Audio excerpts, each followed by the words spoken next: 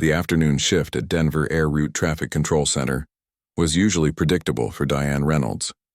After 12 years on the job, she had developed a sixth sense for the rhythm of the skies above Colorado. She knew the regular commercial flights by their call signs, recognized the voices of familiar pilots, and could spot a rookie controller's mistake from across the room. Today started like any other Thursday, until it wasn't. Diane sipped her lukewarm coffee, grimacing at the bitter taste. Her eyes scanned the radar display, tracking the movement of flights through her sector with practiced ease. The president was flying back from a diplomatic summit in California, which meant Air Force One was crossing through Colorado airspace. Presidential movements always put everyone on edge, but they had prepared for this. Extra staff were on duty, security protocols were heightened, and military liaison officers stood by in the corner of the control room. Air Force One is entering your sector in 3 minutes, her colleague Raj called over, sliding his headset down to his neck. All routine so far. Diane nodded, placing her coffee aside and sitting up straighter. Despite handling thousands of flights over the years, there was always something special about guiding the president safely through your airspace. She watched as the transponder code reserved for Air Force One appeared on her screen. Moving steadily at 37,000 feet. Air Force One, Denver Center. Radar contact established. Maintain flight level 370. Expect clear skies through the sector, Diane said professionally into her headset. Roger, Denver Center. Maintaining 370, came the crisp response from Air Force One's pilot. Diane monitored the presidential aircraft as it proceeded along the planned route. She was about to take another sip of her coffee when something caught her eye. A small blip on the radar, approximately 4 miles behind Air Force One. It was unusual. The Secret Service typically ensured a much larger buffer zone around the presidential aircraft. She frowned, adjusting her display settings to get a better look. The aircraft was at the same altitude as Air Force One and maintaining the exact same speed. Most concerning of all, it had no active transponder. It was flying dark. "Hey, Raj," she called, trying to keep her voice casual. "Are we expecting any military escort for Air Force One today?" Raj shook his head. "Negative. Fighter escorts were released when they entered our airspace. Should be clear airspace for 20 miles in all directions." Diane felt a chill run down her spine. She continued watching as Air Force One made a slight course adjustment, standard procedure for security reasons. The unidentified aircraft followed the exact same correction, maintaining its distance. This wasn't a coincidence. She pressed her emergency consultation button, which alerted her supervisor without creating a wider alarm. Within seconds, Thomas Wu, the shift supervisor, was standing behind her chair. "What's up, Diane?" he asked, his experienced eyes already scanning her display. Unidentified aircraft, no transponder, trailing Air Force One at approximately 4 miles. "It's matching speed and course corrections," she reported calmly, despite the growing knot in her stomach. Thomas's expression darkened. "How long has it been there?" "First noticed it 3 minutes ago, but it could have been following longer. It's maintaining perfect spacing, almost like it knows exactly what it's doing." Thomas reached for the direct line to the military liaison. "Lieutenant Parker, we have a situation." As Thomas explained the situation to the military officer, Diane continued tracking both aircraft. The unidentified jet was flying with remarkable precision, maintaining its position like a shadow behind Air Force One. "Try to establish communication," Thomas instructed after hanging up the phone. Diane switched to the emergency frequency. "Unidentified aircraft approximately 4 miles southeast of Air Force One. This is Denver Center. Identify yourself immediately and state your intentions." Silence filled her headset. She repeated the call, increasing the urgency in her voice. Still nothing. By now, the military liaison officer had joined them, studying the radar with intense focus. "We've notified NORAD and the Secret Service. F-16s are scrambling from Peterson Air Force Base, ETA 8 minutes. Should we inform Air Force One?" Diane asked, her fingers hovering over the communication controls. Thomas and the lieutenant exchanged glances. "Not yet," the lieutenant decided. "Let's not create panic if this turns out to be an equipment malfunction or a training exercise that wasn't properly communicated." Diane wasn't convinced. "Look at how it's flying. This isn't a coincidence or a glitch." As if to prove her point, Air Force One executed another course adjustment, slightly more pronounced this time. Like a dance partner, the mystery aircraft followed the exact same pattern. "That's it," Thomas declared. "Alert Air Force One." Diane switched channels. "Air Force One, Denver Center. Be advised we are tracking an unidentified aircraft approximately 4 miles behind you. No transponder matching your course and altitude. Fighter intercept is en route." There was a brief pause before Air Force One responded. "Denver Center, Air Force One. Understood. We're implementing security protocol Delta 7. Please confirm any course changes with us directly." Diane recognized the coded message. They were moving the president to the secure compartment and preparing defensive measures. The stakes had just gotten much higher. Around her, the control room transformed. Additional personnel appeared at stations, security staff moved to the doors, and the atmosphere grew thick with tension. This was no longer a routine presidential transit. It was a potential national security crisis unfolding in real time. 2 minutes until we lose them at the edge of our sector, Diane noted, maintaining her professional composure despite the chaos surrounding her. The lieutenant was on multiple phones simultaneously. F-16s are inbound. Neighboring sectors are alerted. NSA is attempting electronic identification. Thomas placed a reassuring hand on Diane's shoulder. "Stay with them as long as you can." She nodded, eyes never leaving the screen. Through her headset, she could hear increased radio traffic as various agencies responded to the situation. The Secret Service was audibly concerned. Military commands were being issued, and somewhere over the plains of Colorado, the President of the United States was potentially in danger. "Air Force One is requesting an immediate altitude change to flight level 410, Diane announced. "Approved," Thomas responded without hesitation. "Air Force One, Denver Center. Climb and maintain flight level 410 approved," Diane transmitted.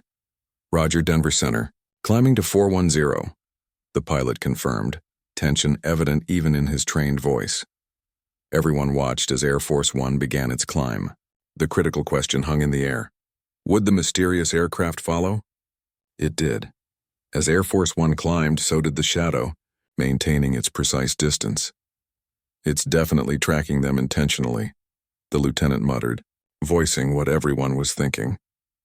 Diane continued her professional communication with Air Force One, but her mind was racing. Who was flying that plane? How had they managed to get so close to the president without being detected earlier? What were they planning? "Air Force One is requesting emergency clearance for an immediate course change to heading 270, Diane reported. This was a significant deviation from the flight plan. They were clearly testing whether the unidentified aircraft would continue to follow. "Approved," Thomas confirmed. Diane relayed the approval, and Air Force One banked into a sharp westward turn, all eyes fixed on the radar display as the presidential aircraft changed direction. The mystery aircraft followed the exact same turn, maintaining its position. "That's no coincidence," Diane stated firmly. "Whoever's flying that plane knows exactly what they're doing." The tension in the room ratcheted higher as the implications set in. This wasn't just an airspace violation. It was a sophisticated operation targeting the president's aircraft. "F-16s are 3 minutes out," the lieutenant updated them. "Adjacent sectors are cleared. We're getting satellite imagery now." Diane continued tracking both aircraft as they approached the boundary of her sector. Soon she would need to hand them off to the next air traffic controller. The thought of letting them go filled her with dread. "Denver Center, Air Force One. Be advised we have visual confirmation of an aircraft trailing us. Dark gray, possibly military design. No visible markings. Request immediate intercept," came the tense voice of Air Force One's pilot. The room fell silent. Visual confirmation eliminated any doubt that this was a radar malfunction. "Copy, Air Force One. Fighter intercept is 2 minutes out. Maintain current heading and altitude," Diane responded, her voice steady despite her racing heart. The next few minutes passed in a blur of activity. Diane coordinated with the neighboring sector controller for a seamless handoff, while continuing to monitor the situation. Security agencies flooded the communication channels with requests for information. The military presence in the control room doubled. "Air Force One and unidentified aircraft now entering Kansas City Center airspace," Diane announced. "Fighters will intercept in approximately 1 minute." As she prepared to transfer communication responsibility, Diane felt a strange mixture of relief and reluctance. Part of her wanted to stay connected to the situation until its resolution. Air Force One, contact Kansas City Center on frequency 134.75, she instructed. Good luck, sir. Roger, Denver. Switching to 134.75. Thank you for your assistance, came the reply. With that final exchange, both Air Force One and its mysterious shadow passed out of her sector. But the emergency was far from over. The entire control center remained on high alert, with staff huddled around displays showing the continuing situation. You did great, Diane, Thomas told her, the worry lines on his face betraying the seriousness of what they'd witnessed. Diane nodded silently, still processing what had happened. In all her years as an air traffic controller, she had never encountered anything like this, a direct, deliberate shadowing of the presidential aircraft. Someone had breached the most protected airspace in the country and was tracking the president with military precision as she watched the F-16s finally reaching the two aircraft on the distant edge of their radar coverage. One thought kept repeating in her mind. Who would dare to follow Air Force One, and what could they possibly want? The answer, when it eventually came, would shake the foundations of American security to its core. The moment Air Force One entered Kansas City Center's airspace, the situation escalated from concerning to critical. In the White House Situation Room, National Security Advisor Robert Chen had been pulled from a budget meeting when the first alert came through. Now surrounded by military brass and intelligence officials, he watched the radar feed with growing alarm. How the hell did an unidentified aircraft get that close to Air Force One without being detected earlier? He demanded, his normally measured voice rising with each word. Air Force Colonel Wilson, the military liaison to the Secret Service, shook his head grimly. We're still determining that, sir. Denver Center first spotted it, but based on trajectory analysis, it may have been following since California. The implications hung heavy in the room. An unknown aircraft had potentially been shadowing the president's plane since takeoff. Through multiple sectors of controlled airspace, past numerous radar systems, and somehow avoiding detection by the extensive security measures that were supposed to protect the commander-in-chief. What's the status of our intercept? Chen asked. F-16s from Peterson made contact 2 minutes ago, replied General Thompson, chairman of the Joint Chiefs. She tapped a command into her tablet, bringing up a live feed from one of the fighter jets.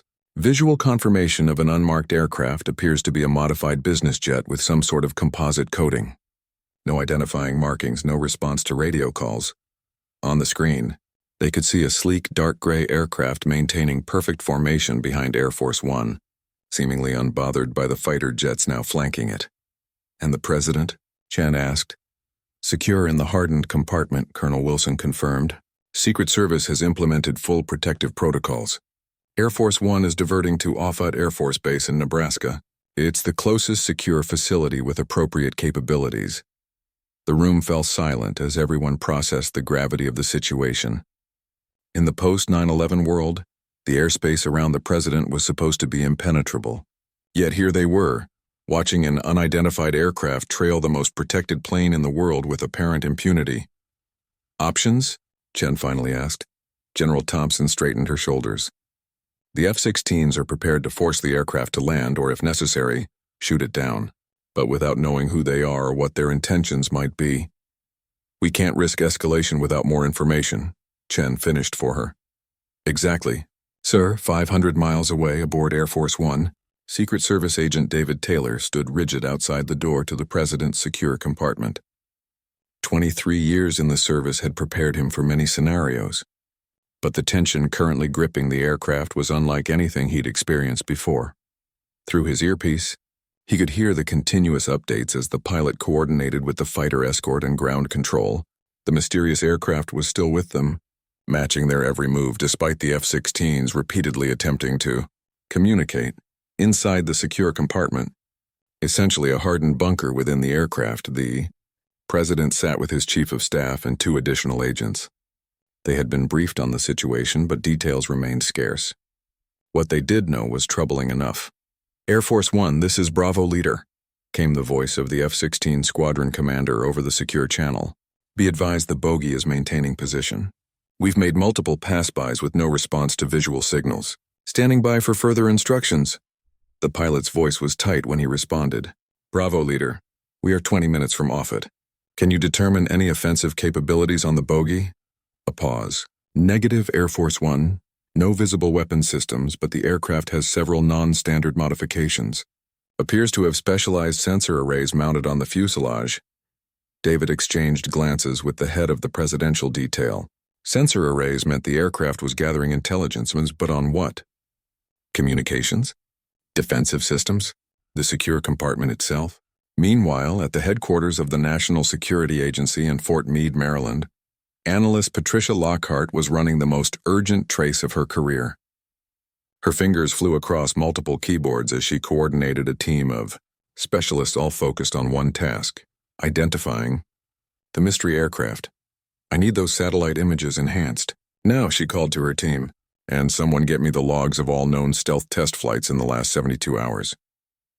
The room around her buzzed with activity as dozens of analysts combed through data, cross-referenced flight plans, and scanned intelligence reports for any clue to the aircraft's identity. We've got something, called out a young analyst from across the room. The bogey's heat signature matches a prototype aircraft that was being developed by Meridian Aerospace, a defense contractor working on next-generation stealth technology. Patricia felt a chill. Meridian? Aren't they the ones who had that security breach last month? Confirmed, another analyst replied grimly. Industrial espionage case. They lost some proprietary designs, though they claimed it was all early-stage research, nothing operational. Patricia picked up the secure line to the Pentagon. This is NSA Analysis Team Delta. We have a potential ID on our shadow aircraft. Connect me to whoever's running point on the Air Force One situation. Back in the White House Situation Room, the tension ratcheted up further as the NSA's information came through. A stolen prototype? National Security Advisor Chen repeated incredulously. How is that even possible? Not exactly stolen, General Thompson clarified, scanning the report on her screen. Meridian claims industrial espionage. Designs and specifications were taken, not an actual aircraft. But the heat signature and profile match their XS-20 prototype, which means someone built it from the stolen plans, Chen concluded. Colonel Wilson shook his head. That would require enormous resources, specialized facilities, and expertise that few organizations possess. A state actor, Chen said quietly. The implications were staggering. If a foreign government had managed to build an American stealth prototype and was now using it to shadow the president, it represented not just a security breach but a potential act of war. On Air Force One, the tension was becoming unbearable. They were 15 minutes from off it when the pilot's voice came through the intercom. All security personnel, be advised. The bogey is changing position. David Taylor instinctively tightened his grip on his weapon as he listened to the updates flowing through his earpiece. It's dropping back. Now it's 6 miles. 8 miles. Still following but increasing distance. Was this a good sign or preparation for some kind of attack? David had no idea, but he knew one thing for certain. He would die before allowing harm to come to the president. At the Denver Air Route Traffic Control Center, Diane Reynolds had long since handed off Air Force One to other controllers, but she remained at her station, following the unfolding crisis through secure channels. The FAA had cleared her to stay informed given her role in the initial discovery. They're saying it's matching a prototype that wasn't supposed to exist, Raj told her quietly. Having just returned from a briefing, Diane felt sick. All those years ensuring the safety of America's skies, and now this. An invisible threat that had slipped through every defense system. Who would do something like this? She wondered aloud. That's what everyone's trying to figure out, Raj replied. At Offutt Air Force Base, security forces were deployed across the sprawling facility. Surface-to-air missile batteries were armed. Fighter jets stood ready on the tarmac, and every available security professional was on high alert. This would be the most protected landing of Air Force One in history. Air Force One, Offutt approach. You are cleared for emergency landing on runway 12. Security forces in position. Be advised we have additional fighter cover scrambled and airborne. Roger, Offutt. Beginning final approach. The world seemed to hold its breath as the president's aircraft descended toward the runway. The mysterious shadow had maintained its increased distance, still following but making no aggressive moves.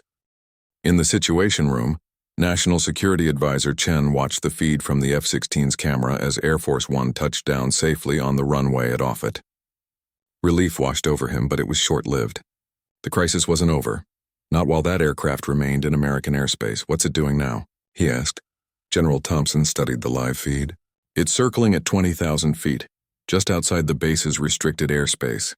The F-16s are still with it. Chen made a decision. Tell the fighters to attempt one more communication, then warn the aircraft that it will be shot down if it doesn't identify itself and land immediately. The order went out. On the screen, they could see one of the F-16s pull alongside the mystery aircraft, rocking its wings in the universal sign for "Follow Me" before breaking away toward off its secondary runway. For a long, tense moment, nothing happened. The dark aircraft continued its circling pattern, seemingly oblivious to the fighters around it. Then, without warning, it banked sharply and accelerated, climbing rapidly. "It's running," someone in the room said. "Pursue and identify," Chen ordered, "but do not engage unless it presents a direct threat." The F-16s scrambled to follow, afterburners igniting as they gave chase. But within moments it became clear this was no ordinary aircraft. Its acceleration was remarkable, its climbing ability almost unbelievable. "We're losing it," came the fighter pilot's voice. "This thing can move." Within minutes, the mysterious aircraft had disappeared from radar, leaving behind a stunned military, a shaken Secret Service, and a country facing a troubling question. Who had the capability to build an American stealth prototype and the audacity to use it to shadow the President of the United States? As Air Force One sat safely on the tarmac at Offutt, surrounded by security forces, one thing became painfully clear to everyone involved. This incident wasn't over. It was just beginning. 48 hours after the incident, the Pentagon's most secure conference room was filled to capacity. Military officers, intelligence directors, and national security officials sat around a massive table, with large screens displaying data on every wall. The mood was grim, the conversation hushed but intense. Defense Secretary Eleanor Walsh stood at the head of the table, her expression severe. "Let me be clear. The fact that an unidentified aircraft could shadow Air Force One for potentially hundreds of miles represents a catastrophic security failure. The President wants answers, and so do I." She gestured to a stern-looking man in a crisp suit. "Director Phillips, what has the FBI uncovered about Meridian Aerospace?" FBI Director Phillips opened a folder in front of him. "We've had agents at Meridian's facilities since yesterday morning. Their XS-20 program was indeed compromised 6 months ago in what appeared to be routine industrial espionage.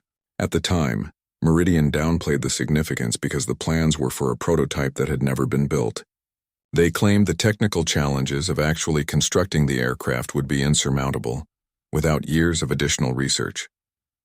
Clearly, they were wrong," General Thompson interjected. Director Phillips nodded. "Catastrophically so. Our technical experts believe whoever stole those plans not only understood them, but improved upon them. The aircraft we saw wasn't just a copy. It incorporated refinements not present in the original design." A murmur ran through the room as the implications sank in. This wasn't just theft. It was advanced weapons development. "Do we have any leads on who was behind the breach?" Secretary Walsh asked. "We've traced the digital fingerprints to a series of proxy servers across Eastern Europe and Asia," replied the NSA Deputy Director, a woman with salt and pepper hair and tired eyes. "The techniques are sophisticated, consistent with a state-level actor, but deliberately obscured to prevent definitive attribution. In other words, we don't know who did it," Secretary Walsh said flatly. "We have suspicions, but no smoking gun," the NSA official admitted. On the main screen, footage from the F-16's camera showed the mysterious aircraft banking away before disappearing. The image froze, and a new window opened showing a technical analysis of the plane's capabilities. Colonel Rivera, head of Air Force Intelligence, stood to present. "Based on radar data and visual confirmation, this aircraft has stealth capabilities exceeding our current operational fleet. Its heat signature suppression is remarkable, and its performance envelope, particularly acceleration and sealing, suggests propulsion technology we haven't seen before." "You're saying it's better than anything we have?" someone asked incredulously. "Not exactly," Colonel Rivera clarified. "It appears to be optimized for very specific missions: high-speed penetration of defended airspace, extended shadowing capabilities, and signals collection. It sacrifices other capabilities to achieve this specialization. In other words, General Thompson translated, it was purpose-built to spy on high-value aircraft like Air Force One. The room fell silent as everyone processed this disturbing conclusion. What about the pilot? Secretary Walsh asked. Human or remote? Almost certainly human, Colonel Rivera replied. The maneuvers we observed required real-time decision-making that current autonomous systems can't replicate. Whoever flew that aircraft is exceptional, military-trained, without question. While the high-level meeting continued at the Pentagon, a different kind of investigation was underway at Meridian Aerospace's research facility in the Nevada desert. FBI Special Agent Tom Daniels walked through the cavernous hangar where the original XS-20 prototype had been designed. Company executives and engineers trailed behind him, nervous and defensive. I still don't understand how this could happen, said Daniels, stopping in front of a scale model of the aircraft. You're telling me that someone stole plans for an experimental aircraft that you claimed couldn't be built without your proprietary manufacturing techniques, and then they not only built it but flew it into the most heavily monitored airspace in the country? Dr. Helen Park, Meridian's chief engineer, looked miserable. The designs that were stolen were theoretical. We never actually built a full XS-20 because we ran into material science problems we couldn't solve. The radar-absorbing coating degraded at high speeds, and the heat dispersion system failed under stress. Well, someone solved those problems, Daniels replied dryly. That's what terrifies me, Dr. Park admitted.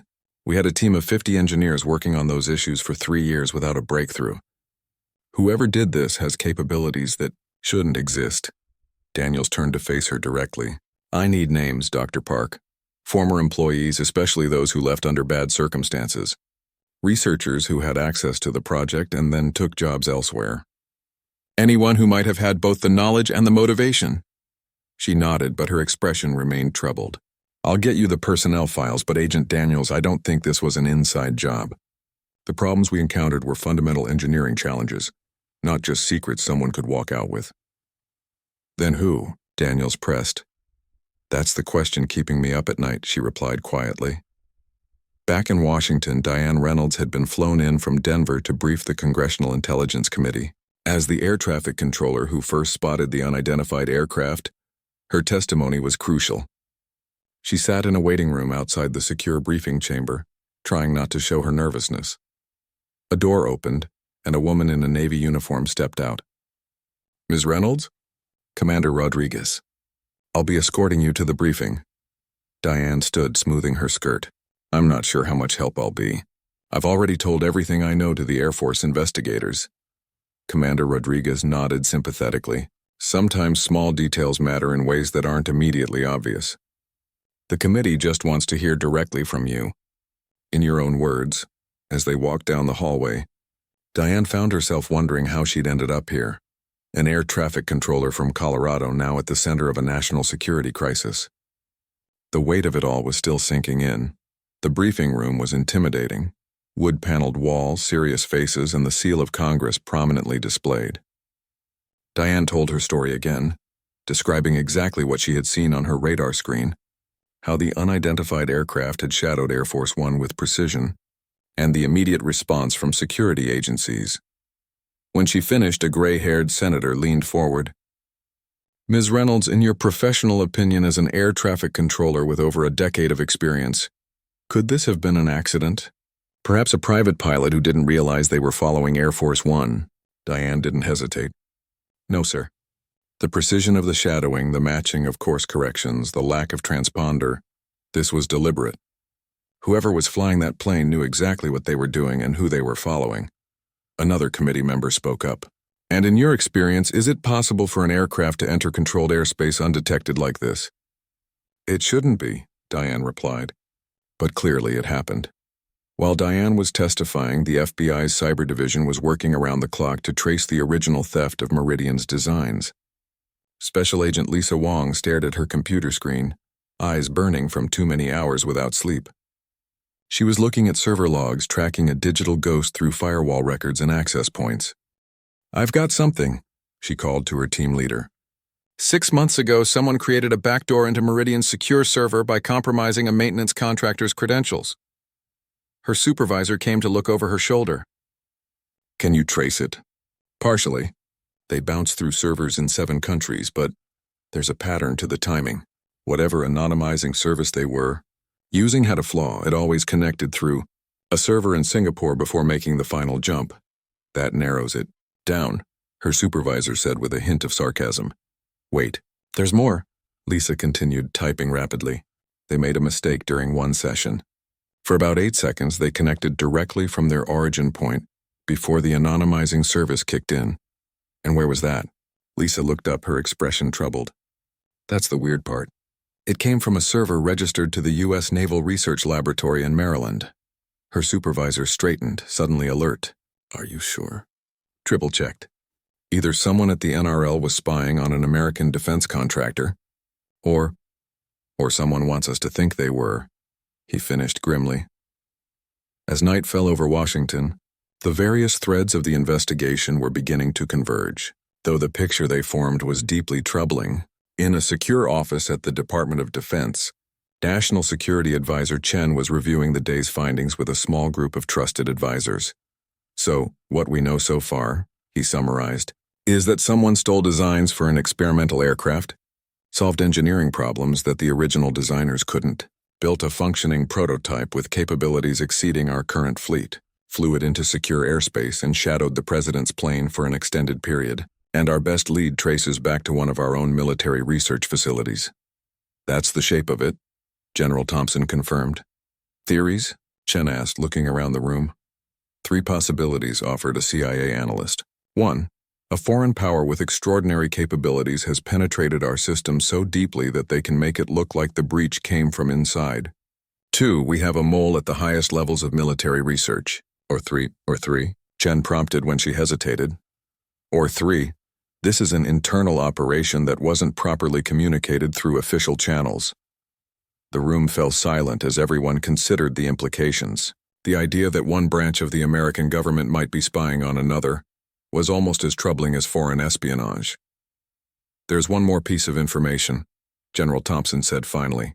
Air Force Signals Intelligence captured partial data transmissions from the mystery aircraft before it disappeared. They're still decrypting the content, but the transmission protocol matches one used exclusively by U.S. Special Access programs. Chen's expression darkened. Are you telling me that aircraft is ours? I'm saying, General Thompson chose her words carefully, that whoever was flying that plane had access to highly classified American communications protocols. Whether they're ours in an official capacity remains to be determined. As the meeting adjourned, Chen remained at the table, staring at the scattered reports before him. The mystery was deepening rather than clarifying, and the potential explanations were becoming more disturbing by the hour. Somewhere out there, an aircraft with unprecedented stealth capabilities had vanished after approaching within striking distance of the president, and the trail of evidence suggested something few wanted to consider, that the call might be coming from inside the house. 3 days after the incident, the mysterious aircraft reappeared. It was just after 2 a.m. when radar operators at a listening post in Wyoming detected a faint signature at the edge of their range. Within minutes, NORAD was on high alert, and F-22 Raptors were scrambling from bases across the western United States. Bogey is maintaining course at 45,000 feet. Speed 900 knots, reported the NORAD controller, heading east-southeast toward Colorado airspace. In the Pentagon's command center, bleary-eyed officers who had been awakened from sleep watched the situation unfold on massive screens. General Thompson arrived, still buttoning her uniform jacket. Status? She demanded. The aircraft matches the signature of our Air Force One Shadow, a colonel informed her. It appeared suddenly on radar over Idaho and seems to be making no attempt to hide this time. First intercept will be in 7 minutes. General Thompson's eyes narrowed. It's baiting us, ma'am. It appears when and where it chooses, disappears the same way. Now it's back, flying in the open. This isn't an accident, it's deliberate. She turned to her communications officer. I want a direct line to the lead F-22 pilot, and notify the National Security Advisor. High above the Rocky Mountains, Air Force Major Lisa Novak pushed her F-22 Raptor to maximum speed, the night sky a blanket of stars around her. 3 other Raptors flew in formation with her, each pilot tensely focused on the mission. Ghost Rider lead, This is NORAD control. Bogey is now 30 miles ahead of your position, maintaining altitude and speed. You are cleared to intercept and identify. Copy that, NORAD. Novak responded, her voice calm despite the adrenaline surging through her body. Ghost Rider squad proceeding to intercept. She switched to the squadron frequency. Ghost Riders, this is lead. We go in quiet standard intercept pattern. Remember, this thing has already evaded multiple attempts to track it. Stay sharp. The 4 F-22s accelerated, closing the distance to their target, unlike the F-16s that had previously encountered the mystery aircraft. The F-22s were stealth fighters themselves, designed to approach undetected. In Novak's helmet display, a small dot appeared, the target now 15 miles ahead. Visual contact established, she reported. Moving to intercept position. As the distance closed, Novak could finally make out the shape of the aircraft. Sleek, slightly smaller than she had expected, with unusual contours that seemed to shift in the darkness. It was unlike any aircraft she had ever seen, military or civilian. Ghost Rider lead to unknown aircraft. She broadcast on all emergency frequencies. You have entered restricted United States airspace. Identify yourself immediately. Silence. I repeat, unknown aircraft. This is United States Air Force. Identify yourself immediately and prepare to follow escort to the nearest military airfield. Still no response. Novak maneuvered her F-22 closer, now just 1,000 feet from the mysterious craft. Ghost Riders, let's box it in. Standard containment pattern. The 4 fighters moved into position, one on each side of the target, one above, and Novak slightly below and ahead. It was the standard formation for forcing an unresponsive aircraft to land. Unknown aircraft, this is your final warning. Novak broadcast. Identify yourself or we will be forced to take defensive measures. For a moment, nothing happened. Then suddenly, a transmission came through on a secure military frequency, one that should have been impossible for anyone outside the U.S. military to access. Ghost Rider lead. This is Shadowbox. Authorization code Echo 79er Tango Lima. Stand down. In the Pentagon Command Center, alarms blared as the transmission was received. Officers looked at each other in shock. Did that aircraft just transmit a valid military authorization code? General Thompson demanded. Yes, ma'am, replied the communications officer, his face pale. And not just any code. That's a special access program designator. Top-level clearance, meaning what exactly?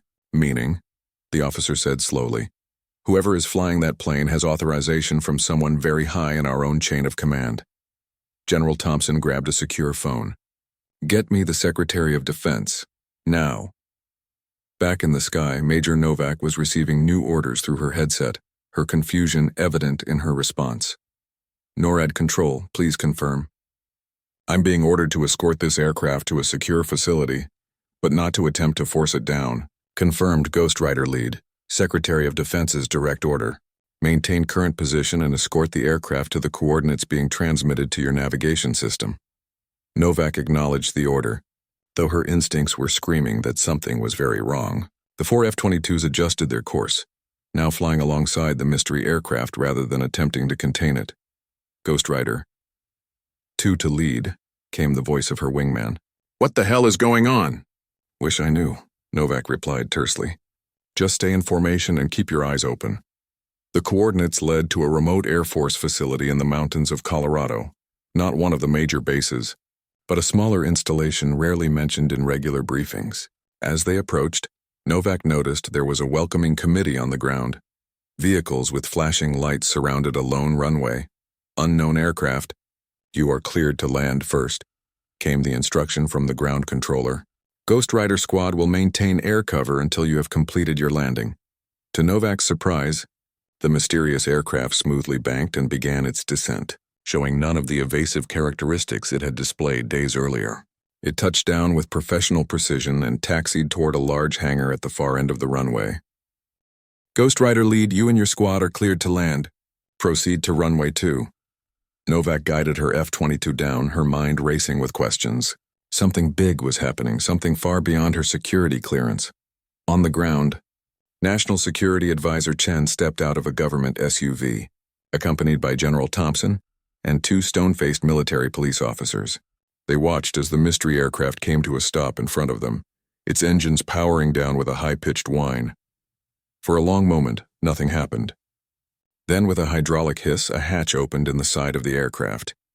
A figure in a flight suit emerged, helmet still on, and climbed down to the tarmac.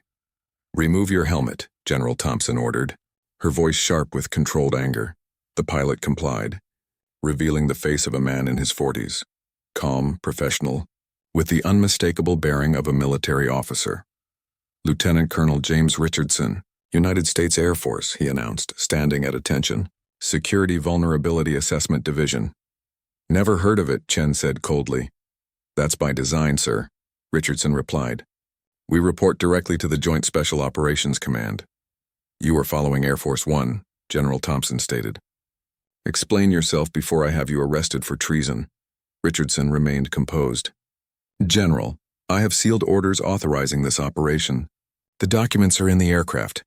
"Get them," Chen ordered one of the MPs, who quickly moved to the aircraft, retrieved a sealed envelope, and brought it back. Chen broke the seal and read the contents, his expression shifting from anger to disbelief, and finally to something close to horror. "These appear to be authentic," he said quietly to General Thompson. "Signed by the Secretary of Defense and the Director of National Intelligence." "What do they say?" She demanded. "That this Security Vulnerability Assessment Division was authorized to conduct a stealth penetration test of presidential security protocols, including shadowing Air Force One without prior notification to regular security services." General Thompson's face flushed with anger. "That's insane. Do you know what could have happened? We nearly shot this aircraft down."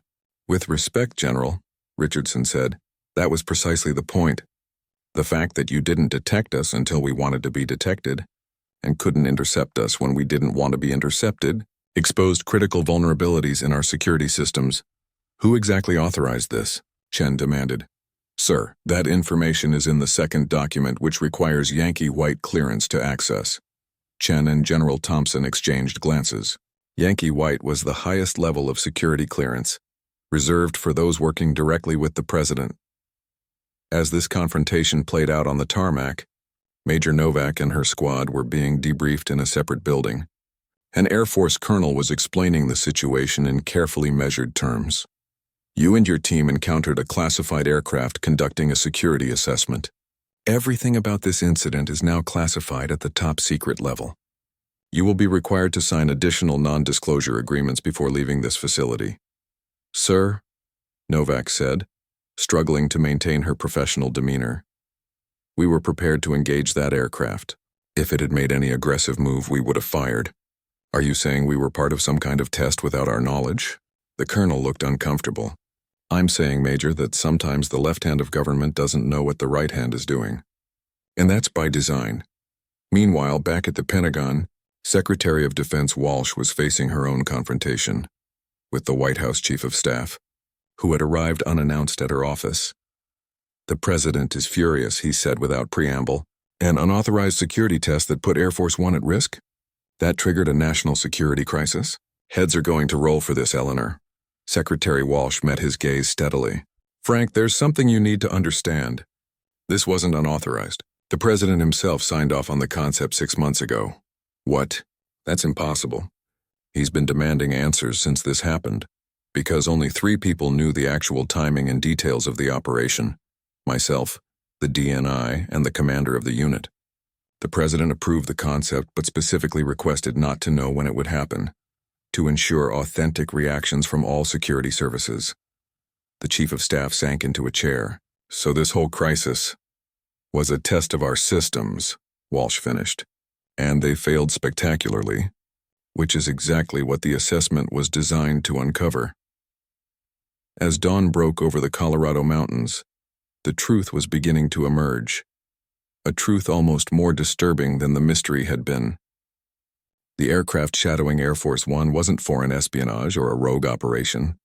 It was American, authorized at the highest levels, part of a deeply classified program to test the very security systems meant to protect the nation's leadership.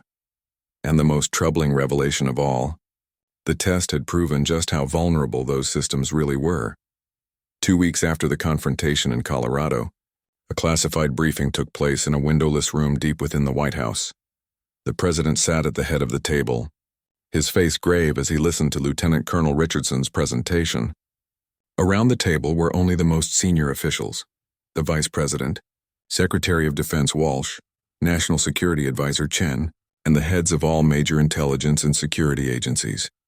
The test revealed critical vulnerabilities in our protective systems, Richardson explained, his laser pointer highlighting sections of a diagram projected on the wall.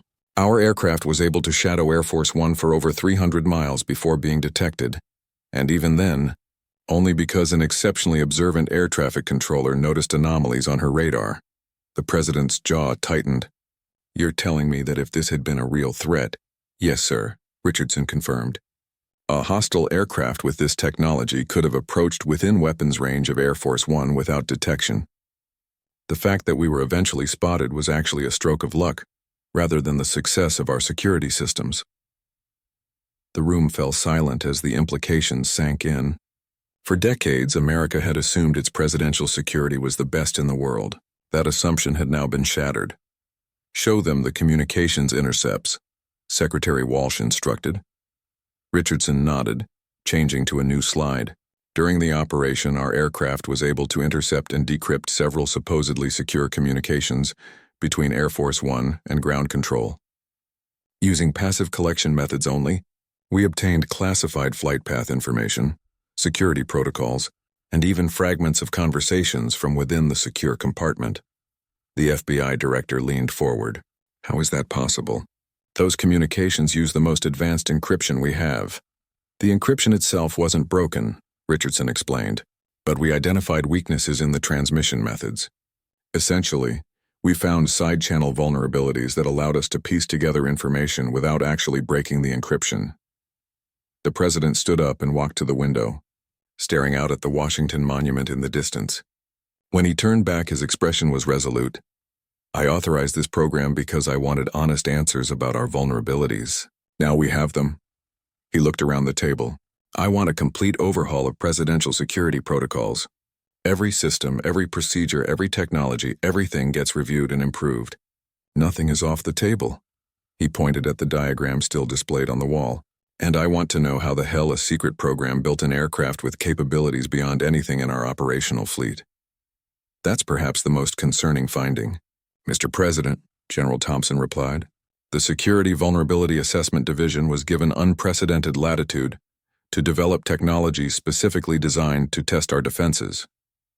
They pulled experts from across the military and intelligence communities, gave them black budget funding, and freed them from normal procurement restrictions. And they succeeded where our mainstream program struggled," the president concluded. "Yes, sir. The XS-20 derivative they flew incorporates solutions to problems that have plagued our official stealth programs for years. Lieutenant Colonel Richardson's team accomplished in 18 months what our traditional defense contractors couldn't do in a decade." The president returned to his seat. "I want both things. Fix the security gaps and bring these innovations into our regular programs. Make it happen." As the high-level meeting concluded in Washington, Diane Reynolds was returning to her position at the Denver Air Traffic Control Center. The FBI had finally cleared her to resume work after extensive debriefings. Her colleagues greeted her with a mixture of curiosity and respect. Everyone knew she had been at the center of something major, though the details remained classified. "Welcome back," Raj said, offering her a cup of coffee. "How was your Washington vacation?" Diane smiled tiredly. "Let's just say I've had enough of windowless rooms and people asking me the same questions over and over." "Can you tell us anything?" another controller asked. "Just that paying attention matters," Diane replied. "Sometimes the small anomalies turn out to be the most important things on your screen." As she settled back into her station, checking her equipment and preparing for her shift, Diane felt different. The experience had changed her perspective. Every blip on her radar now carried new significance. Not just aircraft to be guided safely through the skies, but potential stories, mysteries, and yes, even threats. At the Pentagon, a different kind of aftermath was unfolding. In a private meeting, Secretary Walsh faced General Thompson across her desk. "The President has approved your recommendation," Walsh said. "The Security Vulnerability Assessment Division will be expanded, with increased funding and personnel." General Thompson nodded thoughtfully. "I was initially furious about their methods, but I can't argue with their results. They exposed weaknesses we didn't know existed. There's more, Walsh continued. He wants you to oversee the implementation of the new security protocols they've developed. Effective immediately, you're being appointed to head the Presidential Security Review Task Force. General Thompson looked surprised. Me, after I nearly ordered their aircraft shot down? Precisely because of that, Walsh replied. You followed proper protocols based on the information you had. The fact that those protocols were insufficient isn't your fault, and your response to the revelation, anger followed by practical solutions, impressed the president. Later that day, at Meridian Aerospace's headquarters, FBI agent Tom Daniels was concluding his investigation. In the CEO's office, he closed his notebook and stood. So to be clear, he summarized, your company's supposedly unreproducible design was not only reproduced but improved upon by a secret government program you weren't aware of, using solutions to technical problems your team couldn't solve. The CEO looked pained. That appears to be the case. Yes. And the industrial espionage we've been investigating was actually a sanctioned intelligence operation to acquire your research for national security purposes. So it seems. Daniel shook his head in disbelief. Do you have any idea how much time and resources were wasted chasing ghosts because different parts of the government weren't talking to each other? The CEO spread his hands helplessly. Welcome to the defense industry, Agent Daniels. As Daniels left the building, his phone rang. It was his supervisor at the FBI. Daniels, I've got new orders for you from the director. The Meridian case is officially closed. Classified resolution, no further action required. I figured as much, Daniels replied, squinting in the bright sunlight. What's next? You're being reassigned. Something called the Interagency Security Coordination Task Force. Apparently, your experience with the Meridian case makes you a perfect fit. Report to the Pentagon tomorrow morning. Daniels sighed as he got into his car. The wheels of government were turning, reorganizing in response to the crisis, creating new committees, task forces, and protocols. Whether they would actually fix the underlying problems remained to be seen. At the remote Air Force facility in Colorado, Major Lisa Novak stood on the tarmac, watching the mysterious aircraft, now officially designated the IFTV-23, being prepared for another test flight. After the revelations about its true purpose, she had been offered a position with the Security Vulnerability Assessment Division. The commanding officer approached her. Made your decision yet, Major? Novak nodded, still watching the ground crew work on the aircraft's unusual engines. I'm in. Someone needs to make sure our security actually works, not just looks good on paper. That's the spirit, he replied with a grim smile. The next phase is even more ambitious. We're not just testing aircraft detection systems anymore. We're going to probe every aspect of our critical infrastructure protection. Looking for more blind spots? Exactly. Because if we don't find them, our adversaries eventually will. 6 months later, Diane Reynolds received a letter with a government seal. Inside was an invitation to a private ceremony at the Pentagon, along with a non-disclosure agreement. Curious and somewhat nervous, she took a day off work and flew to Washington. The ceremony was small, perhaps 20 people in a modest conference room. Secretary of Defense Walsh presided, thanking each recipient for their contributions to national security. When Diane's name was called, she stepped forward hesitantly. Ms. Reynolds, the secretary said warmly, your attention to detail and quick thinking exposed a critical vulnerability in our security systems. Your actions set in motion changes that have significantly enhanced the safety of the president and the entire executive branch. Though the full details must remain classified, please accept this medal for distinguished public service as a token of the nation's gratitude. Diane accepted the medal with trembling hands, overwhelmed by the moment. As she returned to her seat, she noticed other recipients, a mix of military personnel and civilians like herself. Each had played some role in either exposing the security flaws or helping to fix them. After the ceremony, National Security Advisor Chen approached her. Ms. Reynolds, I wanted to personally thank you. Sometimes the most important safeguards are the human ones. People who notice when something isn't quite right and have the courage to speak up.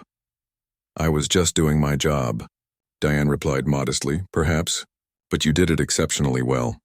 Chen hesitated, then added, I can't give you specifics, but I want you to know that because of what you started, we've identified and fixed dozens of security vulnerabilities that might have gone undetected for years.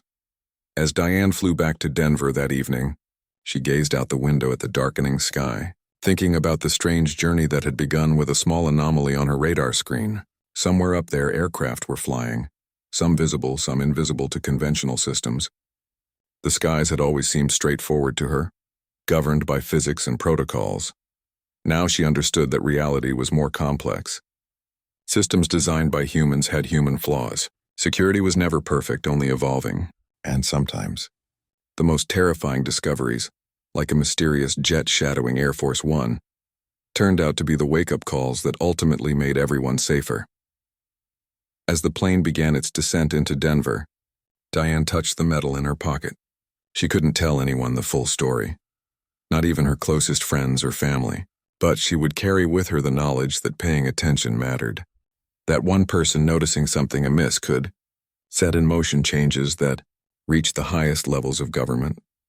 Tomorrow, she would return to her radar screen, watching over the crowded skies, more alert than ever to the unexpected, the anomalous, the things that didn't quite fit, because in those discrepancies often lay the most important truths, the ones that, if missed, could cost far more than anyone was willing to pay.